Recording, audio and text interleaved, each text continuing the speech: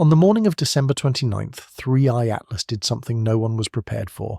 After months of steady outbound drift from Earth, all telemetry pointed to a calm, gravity-governed escape. But then, the motion changed. Not because of an asteroid collision, not because of a tail event, but because of something far more deliberate. An energy pulse flared from the rear quadrant. A faint but measurable light arc erupted near its rotational axis, and moments later, every observatory tracking it registered the same thing. 3I Atlas accelerated. Not drift, not wobble, acceleration, and not in any ordinary direction, but toward Jupiter. And in that moment, the math broke, because the data now suggests it didn't just move faster, it violated the very models built to keep comets explainable. Some analysts whispered the impossible, that what we just saw wasn't natural. For weeks, after its close encounter with Earth earlier in December, object continued outbound along its predicted hyperbolic trajectory, slowing ever so slightly as it moved further from the Sun's influence. There were no sudden outbursts, no unexplained jets, no signs of rotation instability or surface fragmentation. In fact, by all visible metrics, 3I Atlas had entered what astronomers refer to as a passive observational state, a phase where most of the volatile materials have already been expelled, the core stabilizes thermally, and the comet's brightness slowly fades into the dark. The orbital model remained clean.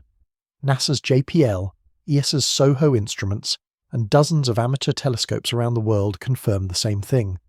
3I Atlas was quiet. Its coma had thinned, its anti-tail had shrunk, and its spectral emissions, while still faintly present in the infrared and ultraviolet bands, were flattening out, indicating that any remaining outgassing was minimal and likely residual. If anything, scientists were preparing to downrank its observational priority. And then it changed. It wasn't dramatic at first. There was no explosion, no tail eruption, no visible fragmentation event. What came instead was a subtle shimmer, a faint increase in reflected light, focused not on the outer coma, but from deep within the object's core. The change was caught independently by two observatories, one in Chile, the other in New Zealand. At exactly 0441 UTC, the light curve of 3I Atlas deviated, not upward in a chaotic flare but sideways, shifting phase, like the object had rotated slightly or reoriented itself. Within 6 minutes, the brightness rose by a measurable degree, not due to reflected sunlight from surrounding dust, but from a concentrated point source on the rear quadrant of the object itself. Observers initially assumed this was an observational artifact, perhaps a temporary lens flare or a momentary atmospheric distortion. But it held. Frame after frame, exposure after exposure, the emission remained, constant. And then came the movement, not orbital drift, not the slow curve of a comet navigating gravitational wells, but a directional push. Data from the Very Large Array confirmed it. 3I Atlas was accelerating, slightly, but in a clean vector shift. The object's velocity along its heliocentric path increased by a detectable margin. And unlike previous minor accelerations explained by outgassing, this one didn't originate from random jets or uneven thermal release. It came from a fixed angle, one that aligned almost perfectly opposite to the Sun. For the first time since its initial discovery, the silence that followed in the astrophysics community wasn't because no one was watching. It was because no one had an explanation. Passive objects do not suddenly accelerate. Comets do not emit fixed-point luminosity from a shadowed side, and no known object, natural or engineered, has ever responded to solar distance with this kind of clean, coherent motion. The strange part wasn't just what happened, it was when it happened. December 29th. 3I Atlas had passed Earth. It was outbound, cooling, dimming, dying. And then, it came to life again. Why? That question would ripple through every solar observatory within hours, because the next chapter wouldn't just be about light, it would be about motion. It began with a whisper in the data, a shift so small that most instruments logged it as noise, but the patterns didn't fade, they deepened. At exactly 5:12 UTC, just 31 minutes after the initial phase brightness deviation, an array of photometric readings captured something entirely unexpected. a collimated trail of ionized material began to stretch behind 3I Atlas. Unlike a typical comet tail, which fans outward from solar radiation pressure and is heavily influenced by dust geometry, this emission was focused, narrow, steady. It pulsed from a single point, not from the nucleus as a whole, but from a rear-aligned quadrant that had previously shown no signs of activity. The South African Astronomical Observatory logged the first visible evidence. Within seconds, 2 other telescopes, one in Japan, the other at Mauna Kea, confirmed the same phenomenon from completely different viewing angles. The structure wasn't just consistent, it was coordinated. The emerging trail wasn't diffusing, expanding, or bending under solar pressure. It was maintaining integrity, moving with the object, not behind it, like an exhaust. The visual data alone would have been strange, but what followed made it stranger. Orbital telemetry began to drift, not by much at first, a few microarc seconds off target, just enough to flag software protocols built to monitor non-gravitational events. But it kept going. Over the next 12 minutes, 3I Atlas deviated from its predicted outbound arc by a margin large enough to be independently confirmed by optical tracking software at NASA, ESA, and amateur observatories alike. It wasn't precession, it wasn't lag, it was thrust. Even the most skeptical analysts couldn't deny the velocity shift. The acceleration vector was aligned almost perfectly opposite the Sun, suggesting that something was applying force from the Sun-facing side, directing motion outward. But when those same scientists examined the tail geometry, they saw the inverse. The material wasn't being ejected sunward as would be expected from sublimation. It was being released away from the Sun in the same direction as the object's path. That's not how recoil works. If you push against the Sun to move away, you vent mass toward it. This was doing the opposite, emitting rearward, but still accelerating forward. A complete reversal of standard Newtonian expectations. The first explanation offered was asymmetric outgassing. Maybe a deeply buried reservoir of carbon dioxide had ruptured, releasing pressure unevenly. But that theory collapsed under scrutiny. The emission wasn't explosive. It didn't flicker, it didn't decay. It persisted, clean, linear, clocked at an expansion rate that implied a highly uniform release mechanism, something more akin to a controlled burn than a venting fissure. For comet scientists, this was the equivalent of watching an iceberg start steering itself. And then came the kicker. No rotational disturbance. If a comet vents gas unevenly, it rotates. Every physics model confirms this. Uneven sublimation applies torque, causes tumbling, shifts the coma distribution. But 3I Atlas didn't wobble. The object maintained orientation even as its path bent.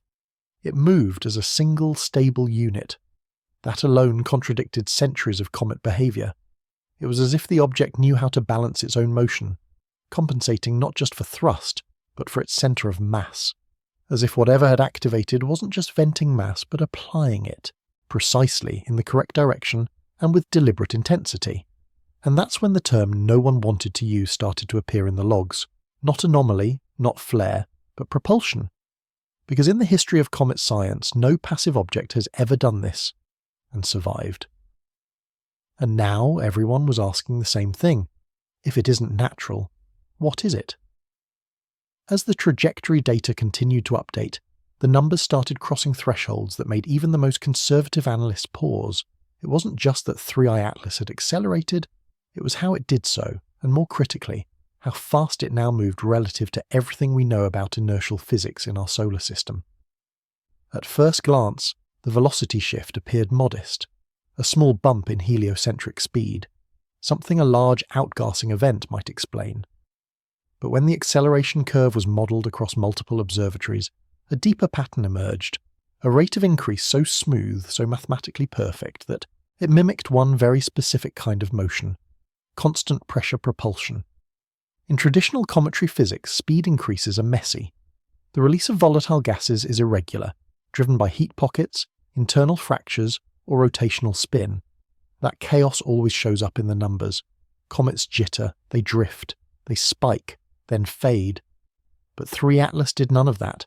Instead, its velocity curve formed a shallow, perfectly shaped bell, one consistent with continuous pressure applied over time, a linear slope on the leading edge, a brief plateau, and a gentle deceleration on the far side, as if the object throttled down intentionally. This is not outgassing. This is not thermal sublimation. This is motion with intent. What made it all worse, or more extraordinary, was the data coming from the Doppler tracking array at the European Southern Observatory. When their team aligned the object's signal against background stars, they found the shift wasn't entirely Newtonian. The change in velocity didn't result in a corresponding light shift in the normal way. The redshift grew faster than expected. In basic terms, 3I Atlas was moving faster than the speed its thermal spectrum suggested. That kind of discrepancy doesn't occur in natural objects. It happens when light is being manipulated, refracted, redirected, or modulated in ways that interfere with the observational baseline. At that point, researchers began reprocessing the light curve using photonic propulsion models, the same equations used to simulate theoretical solar sail missions, and what they found startled them. The object's acceleration rate matched the exact theoretical curve of a light-propelled craft with a reflective surface area of a few hundred meters squared and a mass-to-area ratio low enough to be considered optimal for engineered solar sailing. The resemblance wasn't approximate, it was precise. The slope, the plateau duration, the phase decay, all of it mapped onto the kind of movement that solar sail prototypes are designed to achieve. Except this wasn't a prototype.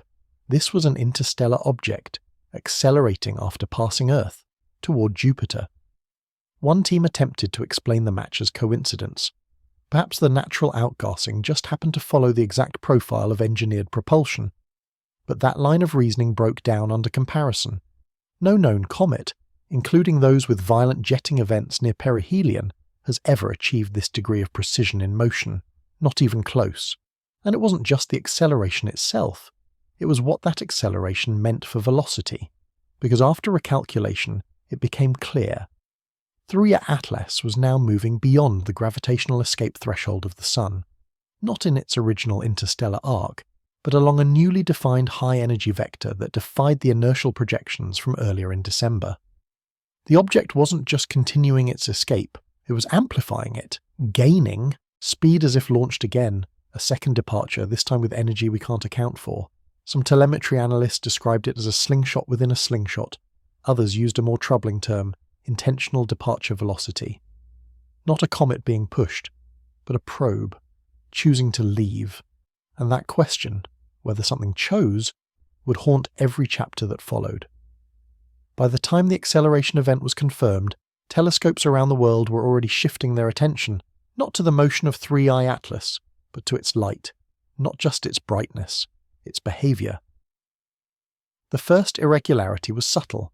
As the object moved into its new trajectory toward Jupiter, instruments tuned to the ultraviolet spectrum noticed an inconsistency. The frequency band centered near the 280 nanometer mark, typically used to measure ionized gas scattering, began returning data that didn't align with expected solar reflection curves. Instead of scattering light like dust or ice, 3I Atlas began reflecting light in a fixed phase angle, one that remained stable even as its position relative to Earth changed. This shouldn't happen. As a natural object rotates, especially one with an uneven surface, it reflects sunlight differently depending on viewing angle. Bright spots move, the reflected spectrum fluctuates. But 3 Atlas showed none of that. Its reflected ultraviolet light remained locked, phase stable, unwavering, as though the surface had no variation. At first, this was assumed to be a sensor calibration issue, but then the same pattern emerged in the near-infrared. James Webb's instruments, specifically those measuring broadband albedo in the 1.5 to 2.8 micron range, showed another irregularity, a phase delay. The light being reflected from the object was arriving out of sync with the object's actual position in space. Not enough to suggest teleportation or faster-than-light travel. Nothing that violates Einstein's limits, but just enough to imply something strange was happening between the incident light and the outgoing reflection. Put simply, the sunlight that hit the object was being bounced back later than it should have, as if it passed through something, or was delayed intentionally. When combined with the object's observed acceleration, a new theory began to emerge. Some kind of field, possibly electromagnetic, possibly structured plasma, might be enveloping 3I Atlas. A sheath, a shell, a thin zone of controlled distortion, This wouldn't be entirely unprecedented in theoretical physics. Certain advanced propulsion concepts, including magnetoplasma sails or MHD field bubbles, suggest it's possible to bend incoming photons using charged particle fields, not to exceed the speed of light, but to reformat the way light interacts with a moving surface. If 3I Atlas had somehow activated such a field during its acceleration event, it would explain why light behavior no longer matched its raw trajectory, not because the object was moving faster than light, but because light itself was being bent, absorbed, delayed, or modulated as it interacted with the object's environment. That's not something you see in comets. That's not something we've seen anywhere. But then came something even harder to explain: the polarization signature. At visible wavelengths, polarimetry data from the Solar Terrestrial Relations Observatory showed that 3I Atlas's scattered light was exhibiting a rare form of negative polarization, light bouncing back at an angle not consistent with dust or gas, but with a metallic surface. And that surface wasn't just smooth, it was angular. One report described it as phase-reflective with minimal spectral scatter, a characteristic seen only in lab-grown composite alloys, never in a natural comet nucleus. And yet, 3 Atlas displayed this pattern with eerie precision. This raises a deeper question. Was the object's surface simply reflective, or was it modulating light in real time? If so, it would explain why no rotational flicker could be seen, why no thermal signature emerged from its dark side, and why observers across different latitudes reported the same brightness curve, even from radically different viewing angles. It didn't just reflect light, it controlled it. And that changes everything. Because the moment you can command light, you're not just moving through space anymore, you're navigating it. Once the thrust event stabilized, analysts expected 3I Atlas to resume its outbound drift. A new path, yes, but still one governed by gravity alone. Instead, what they observed suggested something else entirely. The updated trajectory pointed directly toward Jupiter, not toward its core, not toward a moon, and not toward its rings, but toward something far more subtle, the outer edge of Jupiter's magnetosphere, a vast invisible shell of charged particles and electromagnetic activity, extending millions of kilometers into space. It's a region where particles accelerate, magnetic fields twist into spirals, and the solar wind bends like waves striking a cliff. For most spacecraft, this region is avoided. It's dangerous. The charged particles can fry electronics. The radiation is intense. But for 3I Atlas, the arc wasn't an accident. It was perfectly placed. The object's new course was on track to skim just inside the edge of the Jovian bow shock, the region where Jupiter's magnetic field begins interacting with the solar wind. That might seem like an odd coincidence, but to those familiar with advanced propulsion concepts, the placement was chilling, because that's exactly where you'd go if you were trying to harvest energy. In theoretical plasma drive missions, magnetospheric boundaries like Jupiter's are considered prime locations. These zones act like cosmic power stations, dense fields where charged particles can be captured, redirected, or even used for momentum transfer, and in rare cases manipulated as thrust. The alignment wasn't off by even a few degrees. It was as if 3I Atlas had shifted course not just to move away from the Sun, but to intercept a very specific region of space, at a very specific angle, at a very specific time. That kind of targeting doesn't happen in natural dynamics. It doesn't happen through outgassing. It happens through guidance. But that's not the most shocking part. As orbital teams ran predictive simulations forward, a secondary alignment became apparent. The approach vector toward Jupiter's magnetosphere passed within proximity of Ganymede, the largest moon in the solar system.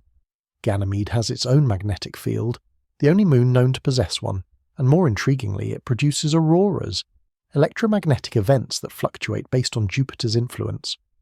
The new course of 3I Atlas would intersect this region at the precise time Ganymede's auroras were predicted to spike due to increased solar activity.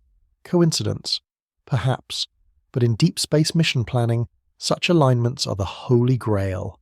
Energy transfer, gravitational leverage, communication handoff. Every possibility becomes available when objects intersect in motion, light, and magnetism. This wasn't the motion of a dying comet drifting into obscurity. This was strategy. The curvature of the arc, visible when plotted against the solar ecliptic, matched the known equations for a magnetic assist maneuver. A way to use Jupiter's field not to slingshot outward, but to slow down slightly, reposition, and then pivot toward another target. For what purpose? No one could say. But the quiet question began to rise across scientific message boards, radio observatories, and closed-door conferences. Was this object navigating? Because objects don't seek out Jupiter's bow shock.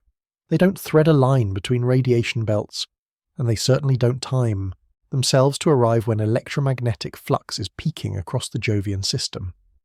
Unless, long after the burn and long after the object had shifted onto its Jupiter-bound arc, Earth-based instruments continued tracking what it left behind. At first, there was nothing out of the ordinary. No lingering tail, no dust plume, no decay fragments. But then the infrasound arrays picked up something strange. Not from below, but from above. These arrays, originally designed to detect atmospheric nuclear detonations, are hypersensitive to subaudible pressure waves. And what they picked up wasn't explosive, it wasn't seismic.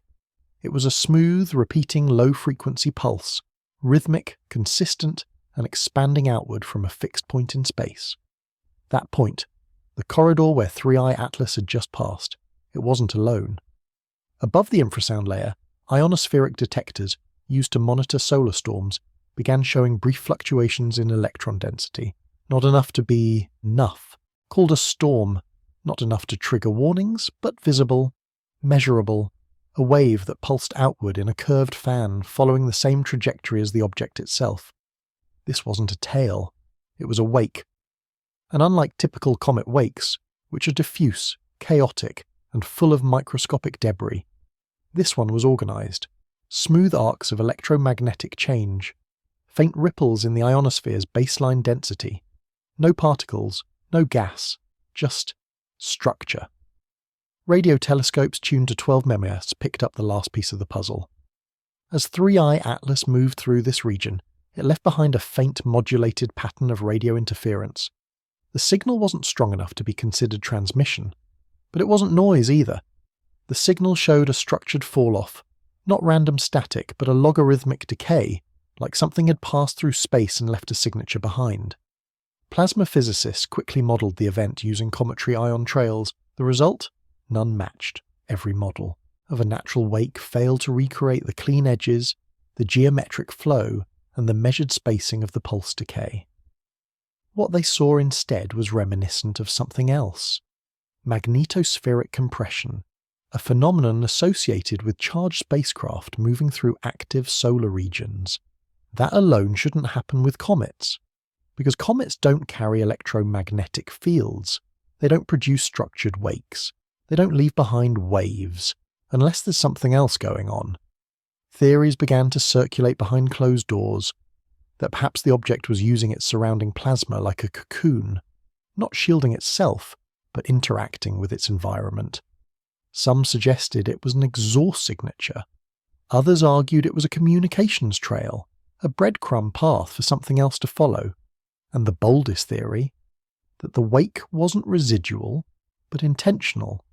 That 3I Atlas wasn't just moving, it was marking its path, a path that remains visible to instruments, long after the object itself has vanished from the sky.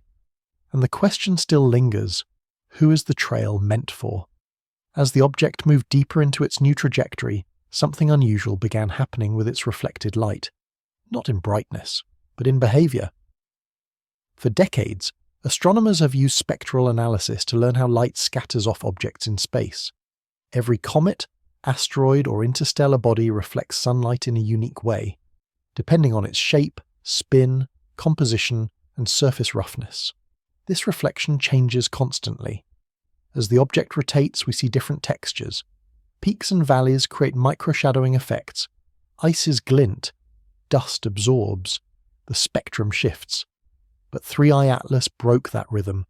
Its reflected light froze. Multiple telescopes tracking its outbound phase noted the same anomaly.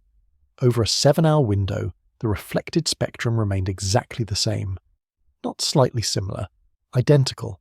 Every dip, every peak, every photometric value remained locked in place, even as the object moved millions of kilometers. At first, this was dismissed as a data artifact. Perhaps the instruments weren't recalibrating correctly. Perhaps atmospheric distortion was averaging the signal. But then it was confirmed by James Webb. Using its NR-spec instrument, Webb scanned 3I Atlas across several angles. The result was stunning. The spectral fingerprint remained static, even after the object had shifted over 0.3 degrees in the sky, enough to change the viewing angle significantly. The light didn't shift. The pattern didn't change. The spectrum remained frozen. This is not possible in natural cometary physics. A tumbling, outgassing comet reflects sunlight from different patches of its surface. As it turns, the albedo changes. The spectrum breathes. But 3 Atlas showed none of that. No modulation, no flicker, no wobble, just a perfectly stable signature. It was as if the surface wasn't rotating at all, or worse, as if the light wasn't coming from rotation, but from something else, something engineered.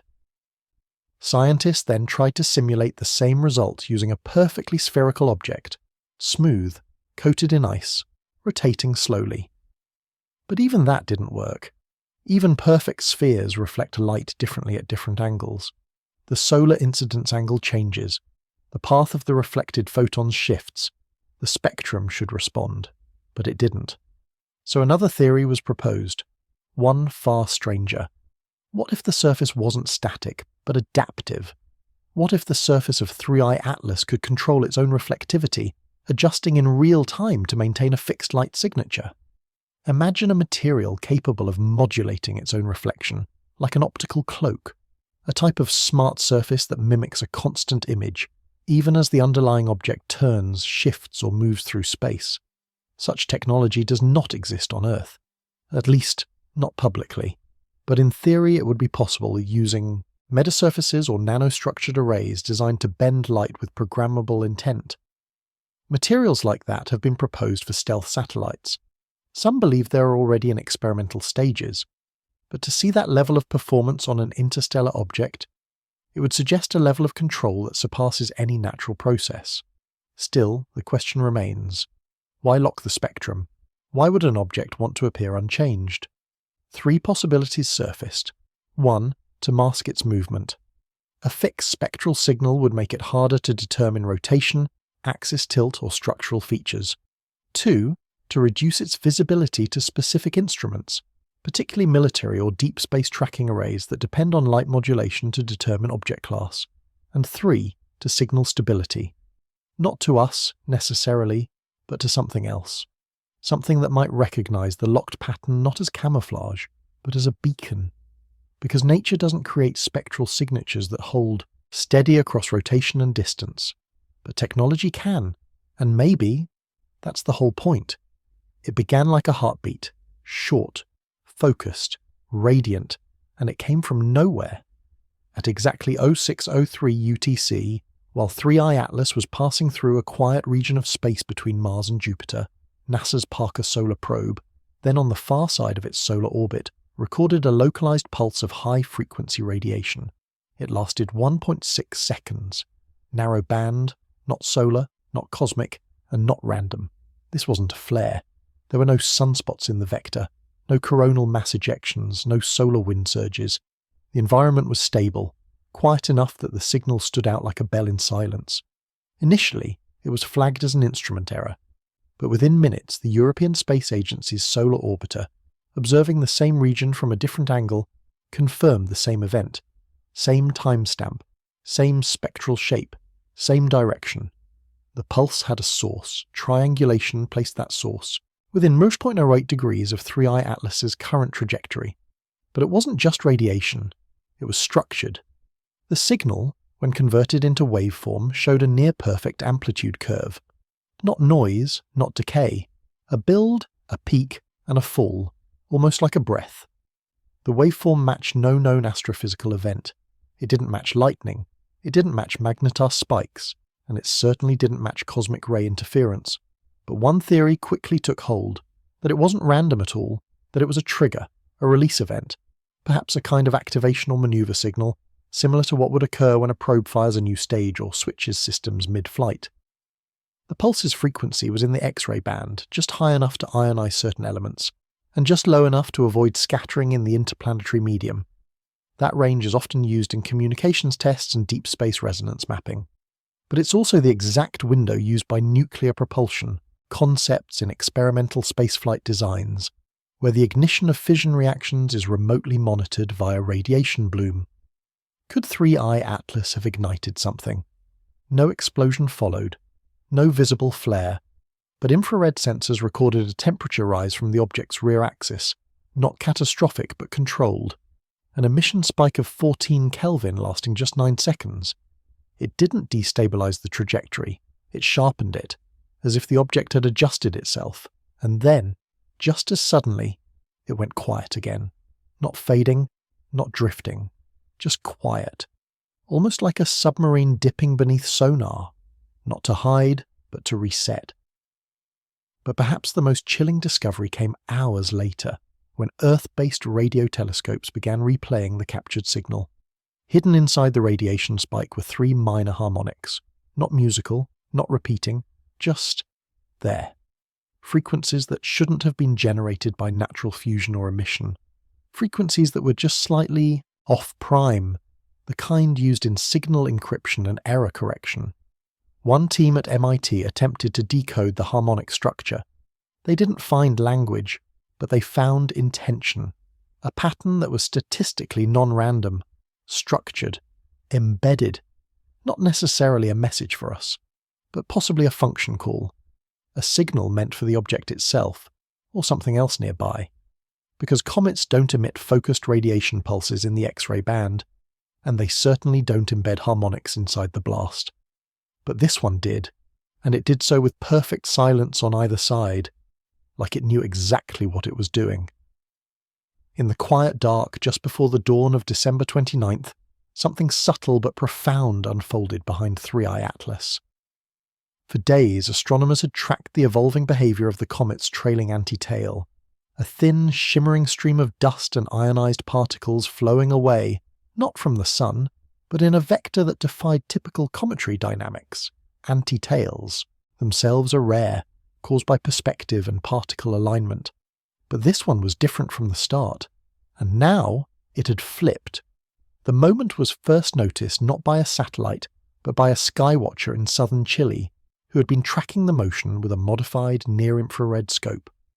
At precisely 03:21 in the morning, they recorded what appeared to be a phase shift. The anti-tail, once pointing cleanly away from the trajectory, began to curl forward, not collapse, not dissipate, but rotate, as if folding itself around the nucleus. Within 20 minutes the inversion was complete. What had once been a rearward trail was now flowing alongside the direction of motion. A complete inversion, calm, controlled, and coherent. This alone might have been dismissed as a visual anomaly, a trick of lighting or a localized burst of particle interaction, but it wasn't. Instruments from multiple observatories confirmed it. Spectrographic data showed a simultaneous polarity shift in the ion content. Electromagnetic scans revealed a change in the electric field orientation. The anti-tail hadn't just rotated physically, it had reorganized its internal charge alignment, like it was responding to a change in the medium around it, or within it.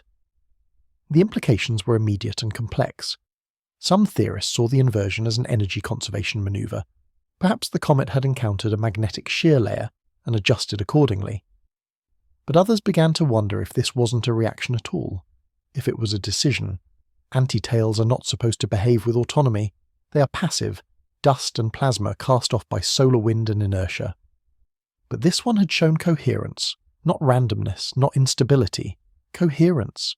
It moved in smooth, timed arcs. It synchronized its curvature with the position of Jupiter's magnetosheath, just days ahead. It even slowed its rate of dispersion, concentrating the particles instead of allowing them to diffuse. NASA remained publicly silent. The Deep Space Network issued a temporary signal prioritization update that redirected antennae away from other targets. No official explanation was given, but amateur astronomers began posting raw data, frame-by-frame captures of the inversion across multiple wavelengths, and those who understood the physics knew immediately. This was not a trick of the eye, One atmospheric physicist from Switzerland likened the phenomenon to a jet, adjusting its exhaust vector mid-flight. Not because of wind, but because of intent. The curvature, the deceleration of flow, the tightening of emission lines, these weren't signs of chaos. They were signs of calibration, realignment, preparation. And there was another layer to it, one that grew louder in the hours that followed. Just after the inversion completed, a strange silence settled over the surrounding plasma field. Sensors stopped detecting background noise from the solar wind. It was as if the area around 3I Atlas had gone acoustically cold. No hiss, no fluctuation, no turbulence, just quiet. As if something had started absorbing or redirecting the solar wind itself. What the anti-tail inversion revealed wasn't just a visual anomaly, it was a message embedded in motion. Not sent in words or frequencies or codes, but in orientation. A signal that 3I Atlas was no longer shedding. It was shaping, and whatever it was shaping toward was getting closer. For the longest time, infrared astronomy has been our secret window into the coldest, most elusive parts of the universe. The glow of dying stars, the breath of forming galaxies, the low, slow hum of ancient background radiation from a time before light ever became visible. Infrared waves travel with patience. They slip through dust. They cut across voids. And when everything else goes quiet, they still whisper. But what the satellites captured on the morning of December the 29th wasn't a whisper. It was a sudden flare. Multiple, orbiting platforms, each separated by millions of kilometers, registered the same thing at nearly the same moment. A sharp, distinct emission in the mid-infrared range. Not spread across a region like a typical gas plume, but condensed. Directed. The source, 3 Atlas, and more precisely the space just behind it. Unlike visible light, which gets easily scattered and absorbed, infrared radiation holds a different kind of memory. It tells you not just that something happened, but how it happened. The emissions from 3I Atlas weren't random heat signatures or friction trails. They followed a thermal pattern almost identical to ion-based propulsion. Something hot, fast, and highly organized had just occurred. A mechanism had activated. Most comets, when heated by the sun, emit in broad patterns. Gases burst, expand, glow, and cool. But this wasn't thermal shedding. This was forward motion leaving behind a thermal afterglow. A signature more common to spacecraft than celestial ice. And what shocked analysts most was how tightly constrained the emission was. No spread, no spiral. Just a perfect linear streak, as if someone had drawn a path through space with a laser pointer. Infrared scientists compared it to the heat bloom left behind by Earth's own launch vehicles. But the scale didn't match. The thermal wake from 3I Atlas was longer, cleaner, and had no sign of a dispersing payload. This wasn't a comet letting go of a piece. This was a comet applying force.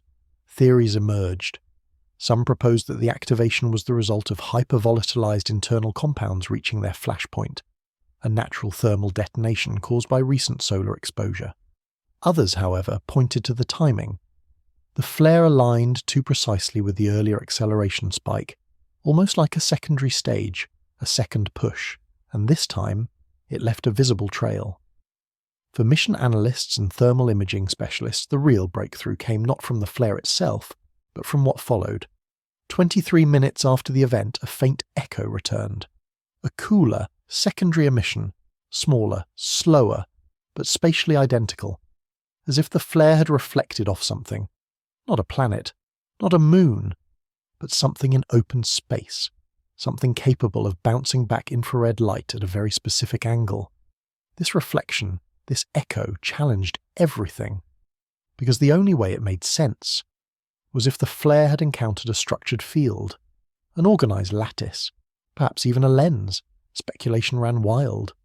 Was 3I Atlas not just accelerating but navigating?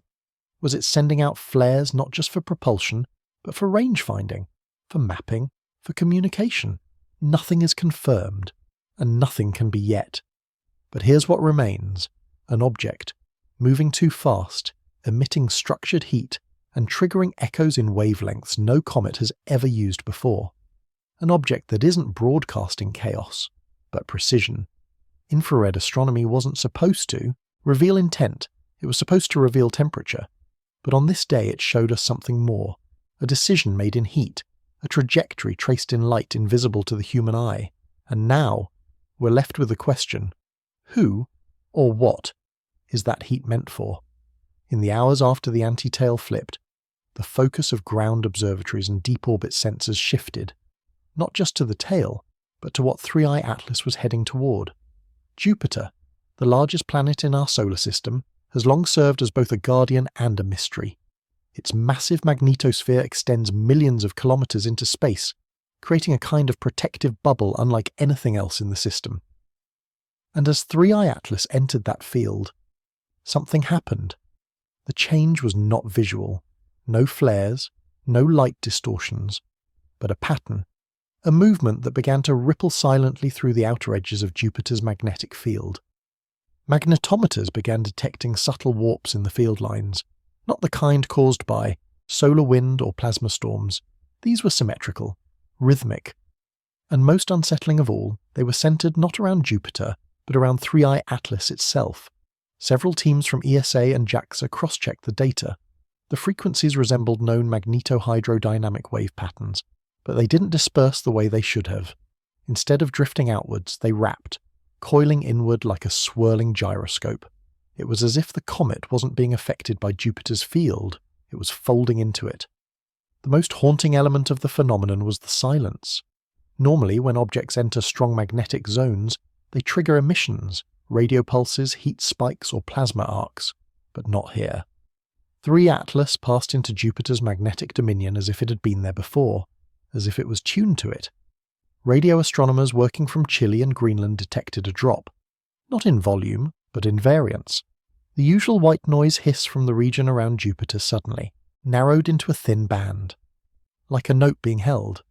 One researcher likened it to a violin string being plucked in a vacuum. You couldn't hear it, but you could see the vibrations. Then came the swirl. NASA's Juno spacecraft, in its long elliptical orbit, captured a slow but noticeable rotation in Jupiter's auroral emissions.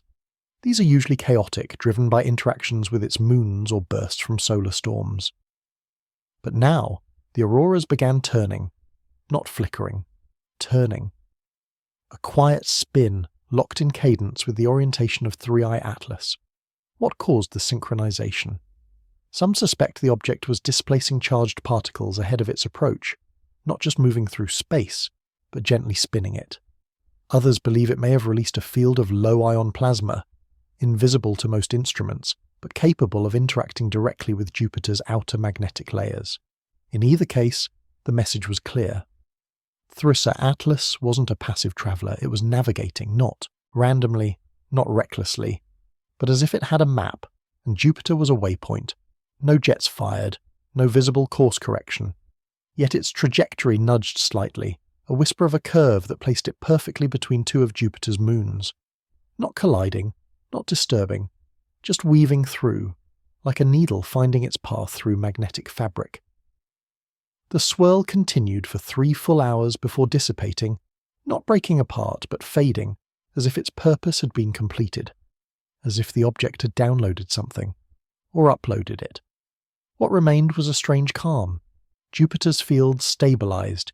The auroras returned to their chaotic dance.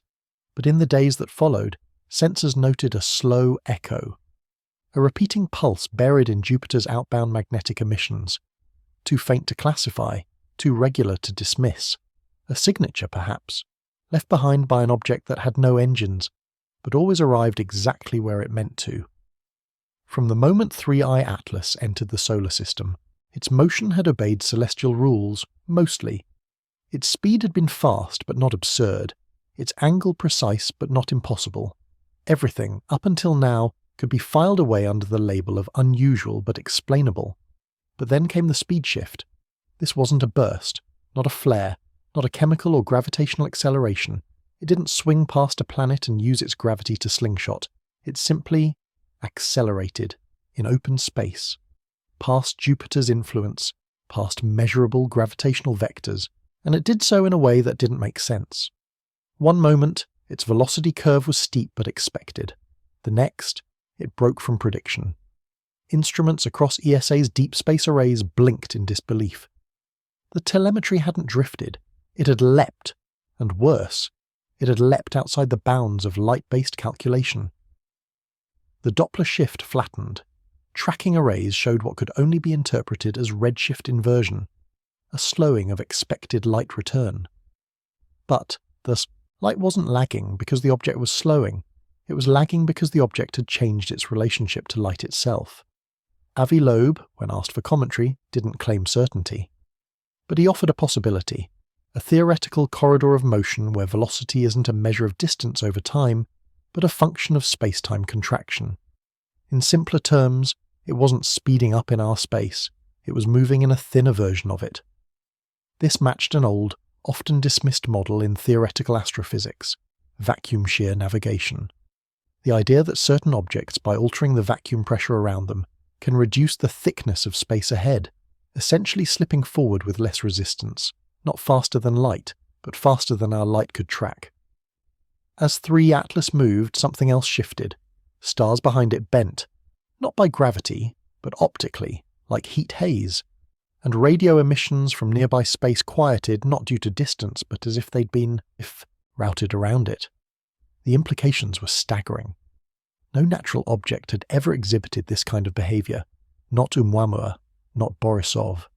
Nothing in our catalogue had ever detached so cleanly from the framework of general relativity, and still been visible. The last confirmation came from an unlikely source, an amateur astronomer in Iceland. Using a telescope fitted with modified optical sensors, he captured what appeared to be a lensing trail. Not a wake, but a blur. A region of spacelight refused to enter. It was short-lived, but it was real. The speed shift didn't break the laws of physics, it just danced around their edges, leaving behind the question, was this motion programmed? Because if it was, then 3I Atlas isn't just unusual, it's intelligent. The moment 3I Atlas crossed into what heliophysicists call the Sun-Jupiter corridor, sensors began registering something quietly astonishing, a wake. But not in the traditional sense. There were no turbulent clouds of particles spinning off its sides. There was no trail of heated ion dust as we'd see with a typical comet. This was different. The space behind the object didn't churn, it flattened. And then it brightened.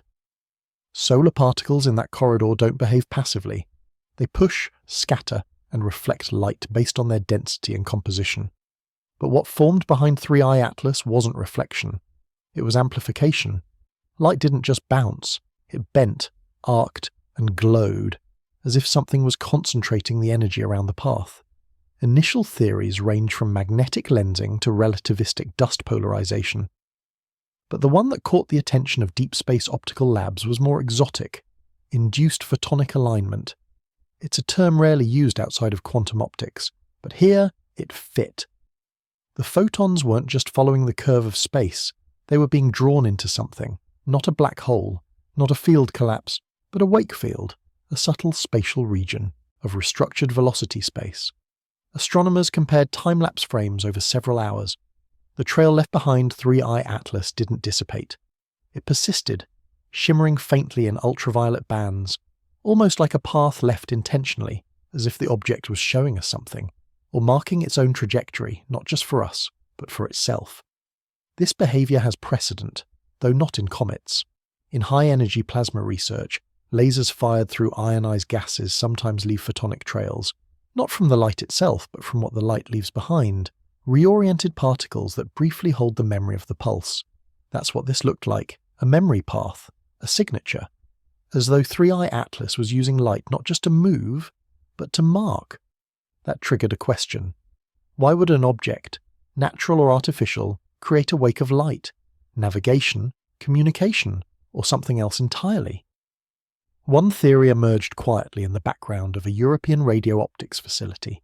3I Atlas wasn't just breaking through particles, it was tuning them, and in doing so it was creating a resonance trail, a breadcrumb line across gravitational valleys. In other words, it was mapping the terrain behind it as it surged towards something ahead. Space doesn't usually care what passes through it. But here, space was responding, bending, resonating and glowing in subtle pulses, like the aftermath of a bell being struck, except the bell was invisible, and the sound only light could hear. What startled scientists the most was that the light wake remained consistent. No flickers, no chaotic turbulence. The speed was beyond anything gravitationally bound, yet the trail it left was smooth. Smooth enough to suggest that whatever was propelling 3I Atlas was doing so without resistance, and for a brief, hushed moment, observatories across 3 continents synchronized their lenses to one purpose: not to track where 3I Atlas was going, but to study what it was leaving behind. Because sometimes the most important messages are not in the destination, but in the path. Jupiter is not just a gas giant, it's a wall, a magnetic wall, a gravitational gatekeeper that rules over the outer solar system like a silent guardian. And when 3I Atlas surged past Mars's orbital boundary, it became clear that its next trajectory wasn't incidental, it was curving toward that gate. Fast. But before even reaching the outer magnetosphere of Jupiter, something began to echo back. Not sound, not light, but energetic patterns, ripples in Jupiter's massive magnetosphere that didn't originate from within. They were reflecting something inbound. These echoes didn't follow normal auroral patterns. They weren't triggered by solar wind or internal Jovian dynamics. Instead, the timing matched a singular source: 3I Atlas.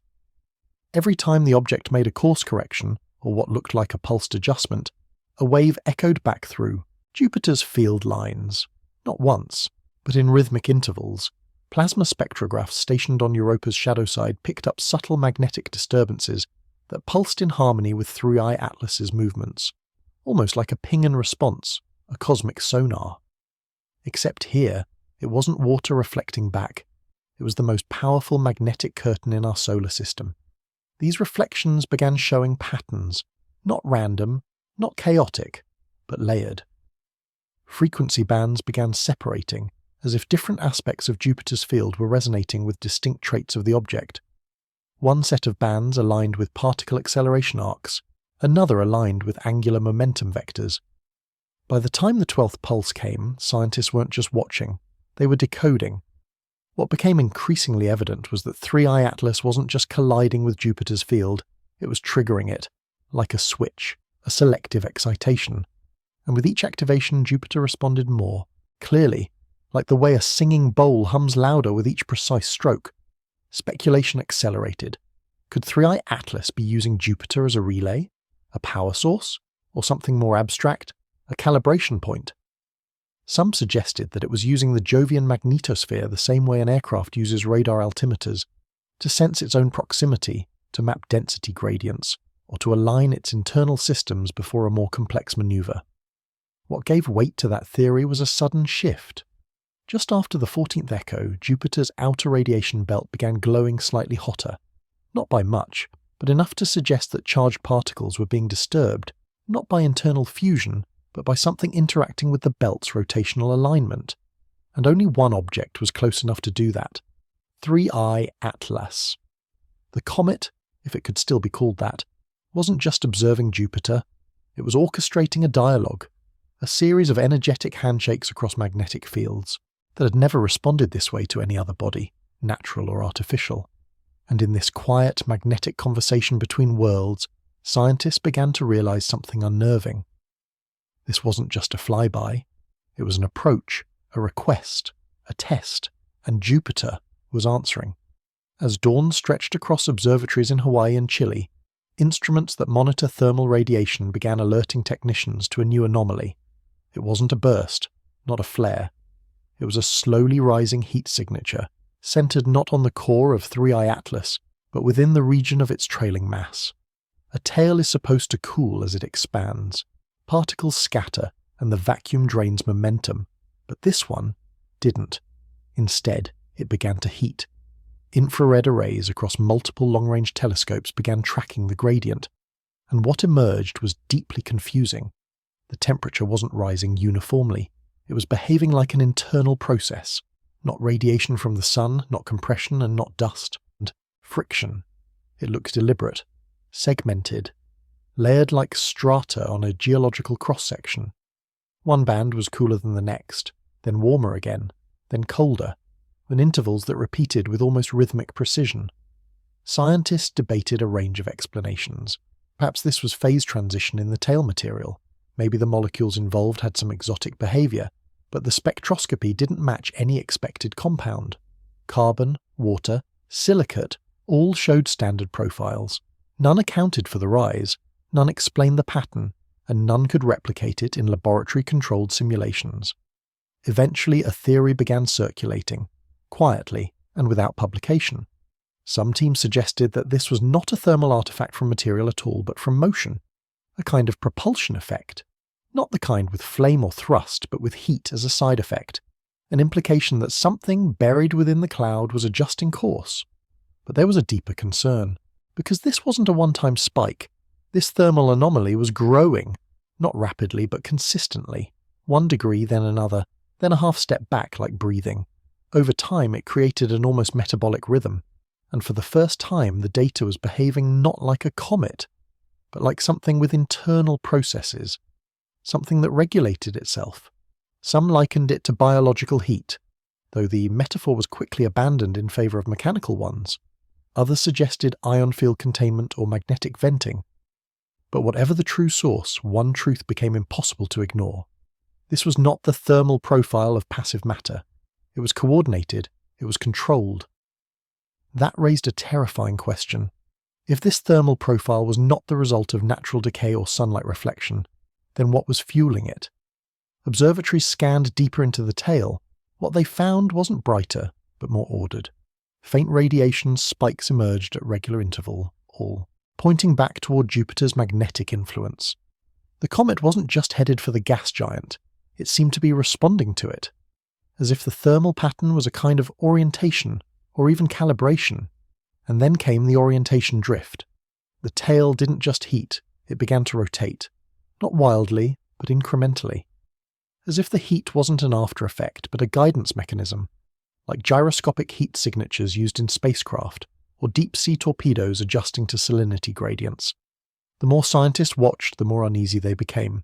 The heat map began to align perfectly with Jupiter's shifting position.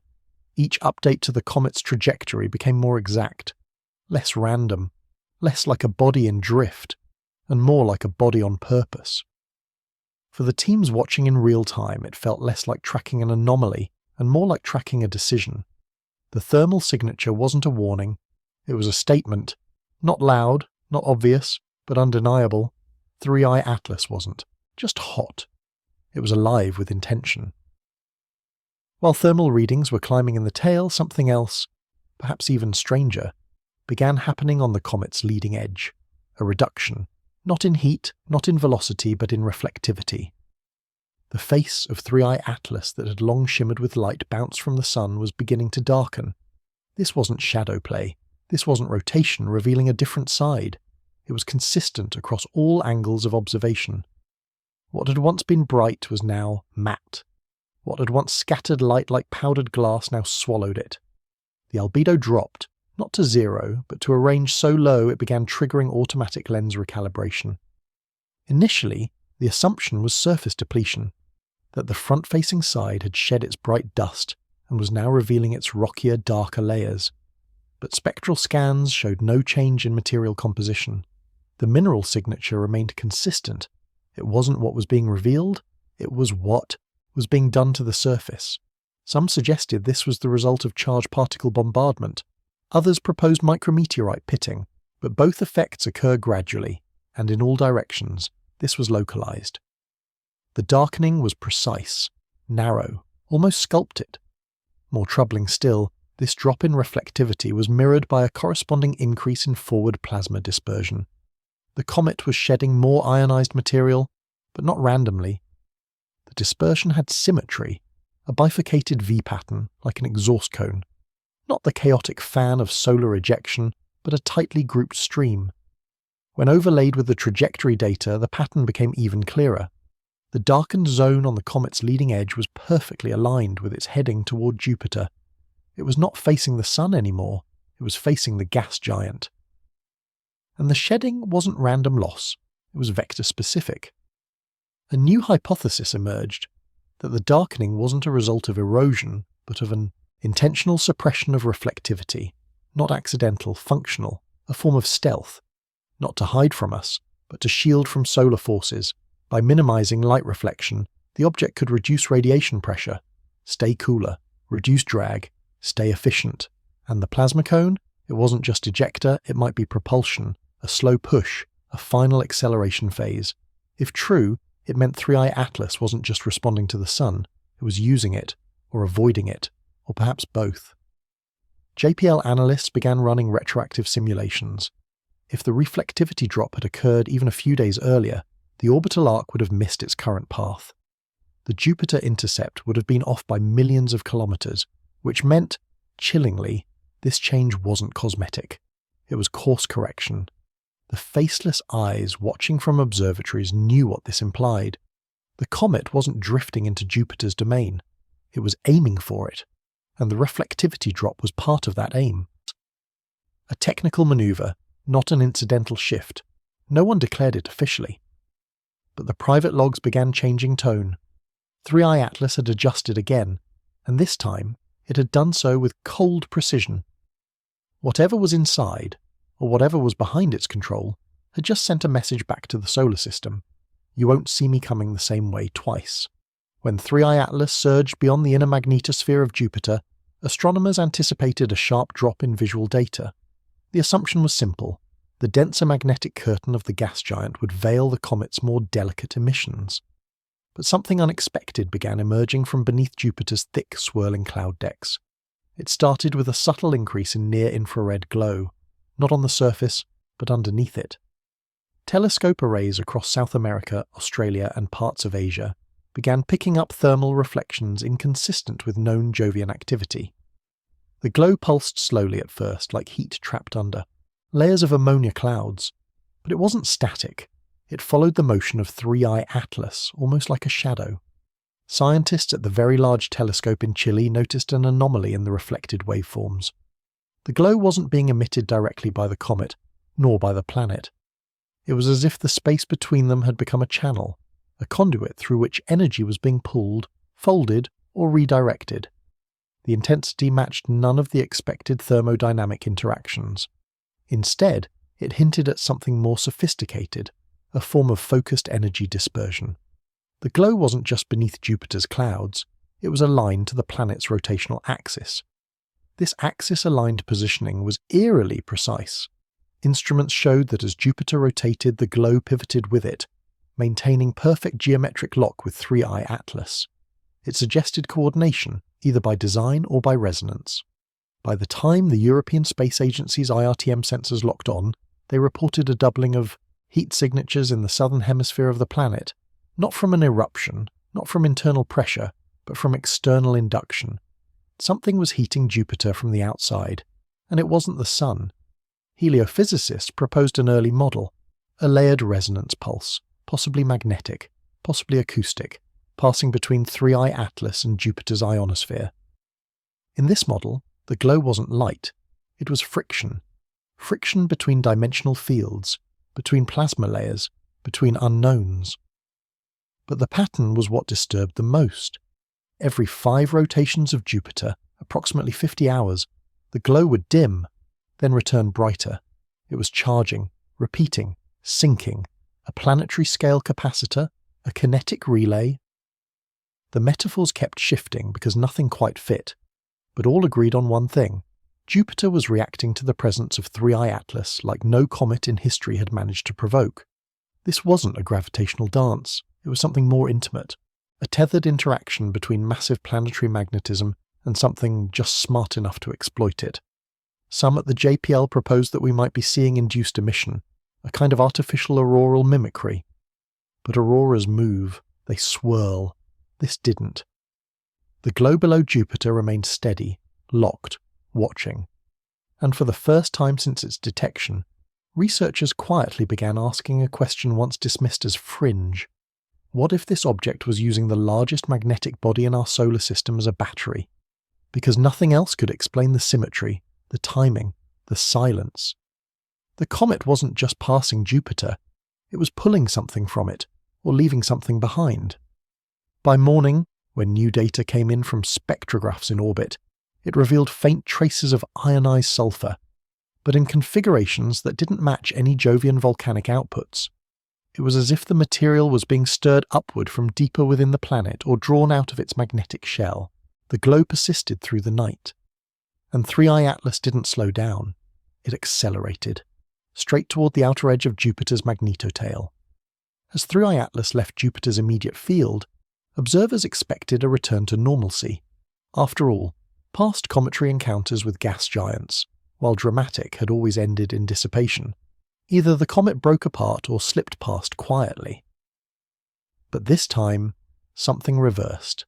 The magnetotail of Jupiter, usually a smooth trailing formation extending millions of kilometers into space, began folding inward, like a current being sucked backward.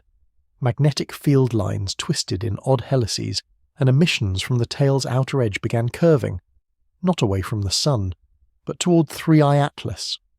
ESA's solar wind analyzer registered a sudden inversion in particle flow. Instead of particles moving away from Jupiter, they were now heading back in. At first, scientists suspected sensor error, but when 3 independent satellites, ESA, JAXA, and India's Astrosat, reported identical readings, the error was ruled out. The tail was collapsing.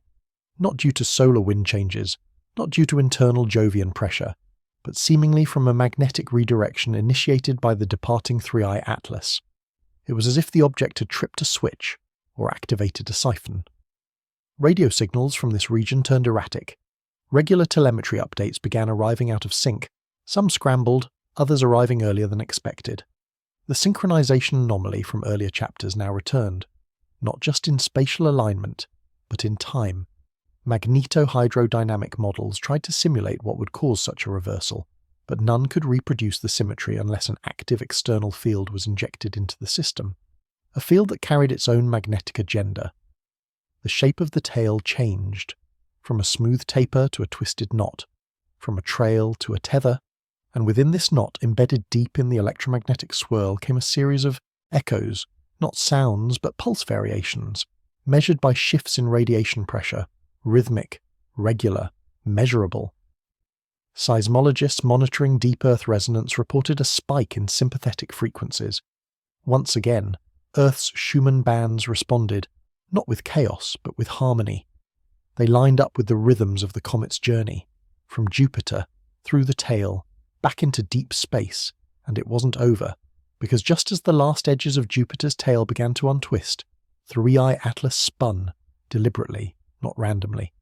The tail of the comet shifted position, pointing not toward the Sun or the Earth, but backward, toward Jupiter, toward the source. The object was acknowledging something, marking the interaction, leaving a thread. Some called it a signature, others a handshake. But every observer, from amateurs to institutions, felt it at once. This wasn't a detour. This was the plan.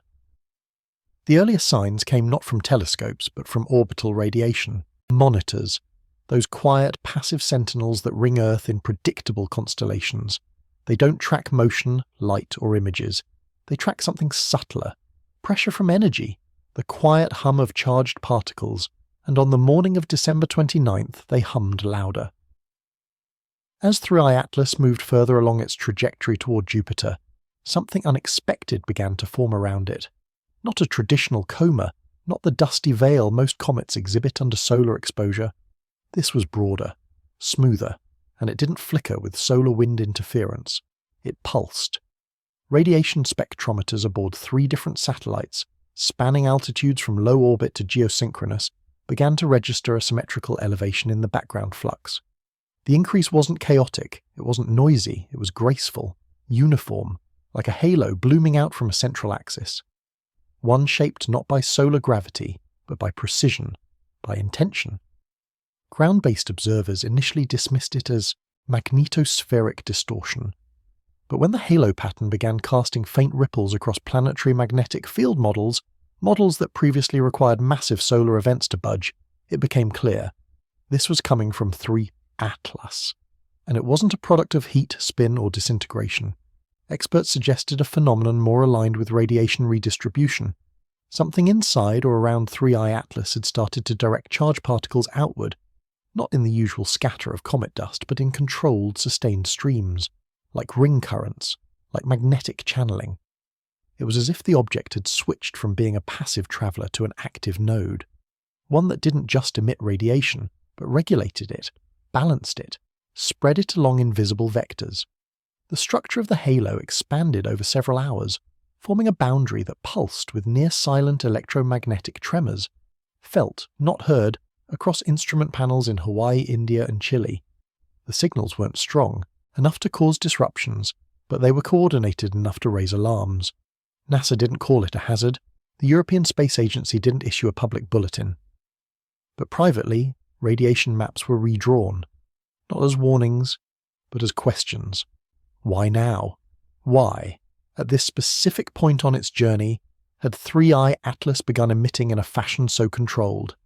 And if this radiation wasn't accidental, what was it for? Some suggested thermal balancing, others theorized shielding, a dispersal field to protect something at the core. A few dared to call it an interface layer, a radiation envelope designed to interact with other fields or objects nearby, like radar, or sonar, or a handshake. The geometry of the halo added weight to this. Its edges weren't jagged, they weren't disrupted by the solar wind or nearby bodies. They held form like a lens, and beneath it, still glowing with refracted light from recent tail inversions, 3 Atlas moved calmly forward, as if this change had, as always, been part of its programming. What the halo was made of, what its purpose might be, remains uncertain. But it now travels with the object, expanding and contracting gently as if breathing, like an aura, or a signal. And deep inside mission control rooms across several continents, one quiet consensus emerged. 3I Atlas was no longer just an object to observe, it was something to listen to. For decades, the thermal behavior of comets had followed a standard script. As they approached the sun, their surfaces warmed, their volatiles evaporated, and their tails formed. It was predictable, mathematical, even comforting. But on December 29th, that narrative began to fracture. As 3I Atlas moved deeper into the thermal corridor between Earth and Jupiter, multiple infrared telescopes began tracking a change that didn't align with any known phase diagram. It wasn't just heating, it wasn't just outgassing. It was a structural shift, quiet, stable, but undeniable. The spectroscopic readings showed a narrowing of molecular lines typically associated with volatile activity. In most comets, as ice sublimits, these lines broaden chaotically. But with 3I Atlas, they sharpened. And more strangely, they aligned. Thermal imaging from the SOFIA array, operated in high-altitude flights over the Pacific, recorded something else. Localized regions of cooling in areas previously saturated with solar heat. As if internal systems were rerouting energy, redistributing temperature, not for survival, but for optimization. A shift had begun inside 3I Atlas.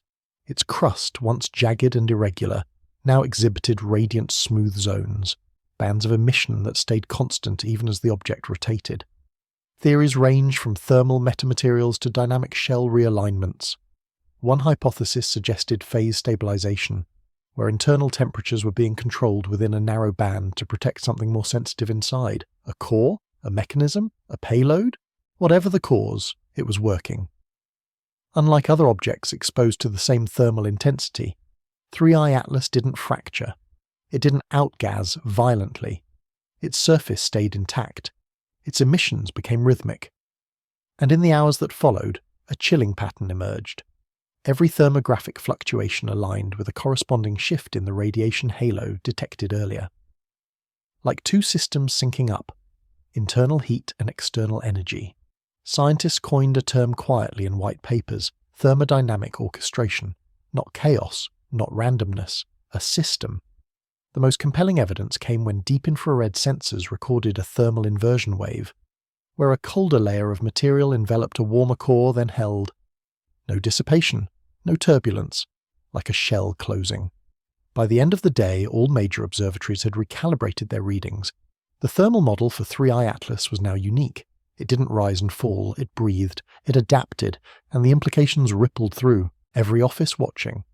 Because if 3I Atlas could regulate its own internal temperature, if it could respond to external flux without fragmentation, it meant one thing. It wasn't behaving like a natural body, it was behaving like a system, one with purpose, one with thresholds, and one that had just entered a phase not of survival but of preparation. For what? That part remained unknown. But the heat signature suggested this was only the beginning. For the last 3 hours, multiple observatories across Chile, Spain, Hawaii, and even Antarctica had been tracking something they couldn't explain, an apparent duplication in light diffraction. At first, it looked like a processing error.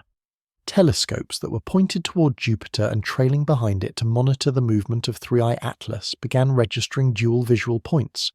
One, the known silhouette of the object, and the other, a dimmer, flickering reflection, just ahead of it. It was dismissed in early image stacks, but by a 4.14 universal time, the readings had intensified. Spectral overlays suggested that this mirage wasn't being created by atmosphere or light bounce, but by an actual field, some kind of light warping envelope that was advancing independently of the object itself. When astronomers reviewed the data side by side with magnetotail simulations, a chilling hypothesis emerged. This wasn't a reflection of the object, it was a consequence of its velocity. As 3I Atlas continued its accelerated arc, the visual distortion preceding it began behaving like the optical compression seen in high-speed objects on Earth. A bow shock, but not of sound or air. This was light. It meant that 3I Atlas had reached a level of motion not just rarely seen in the cosmos, but bordering on relativistic influence. Light wasn't bending around it, the object was disrupting light in front of it. What that means, no one could say exactly. The last time a known body moved fast enough to alter visible, spectra ahead of it was in simulated proton acceleration tests at particle colliders, not in the vacuum of deep space. And this was no proton, it was several kilometers across, exhibiting propulsion and showing conscious orientation.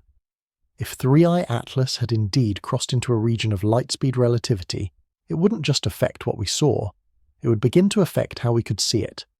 And that's exactly what started to happen.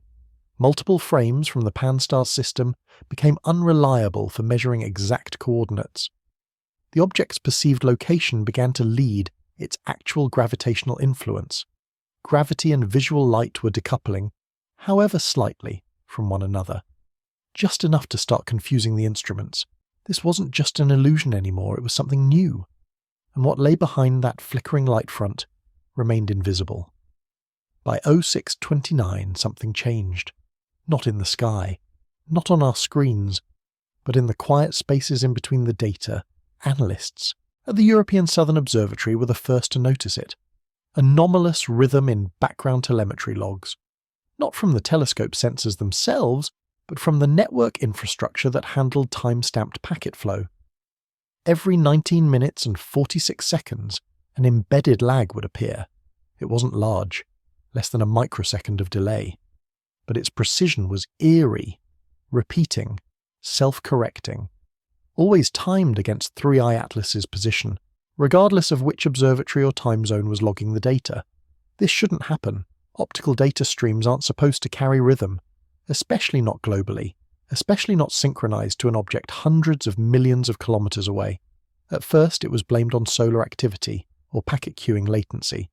But when the timestamps were rerouted through offline caches, cold storage servers that didn't rely on synchronized time protocols, the same pattern still appeared, and then it clicked.